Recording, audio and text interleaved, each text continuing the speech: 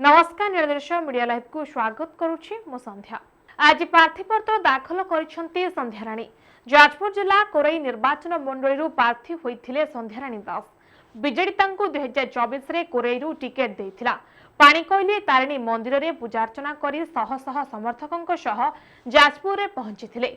जाजपुर उप जिलापालंक पाखरे 4 सेट नामांकन दाखल करिसेंती संध्याराणी दास। अशोक दासंको गड़ बोली कुहाजाउथबा कोरईरू एबे तांको धर्मपत्नी प्रार्थी हेबा परे स्थानीय अंचल रे उत्साह देखिबाकु मिलिछि। कोरई आसन रे 2 बीजेपी आशायी प्रार्थी एवं अन्य दल और संगठन शह शह बीजेडी रे शामिल हेबा परे दल आहुरी मजबूत होइछि।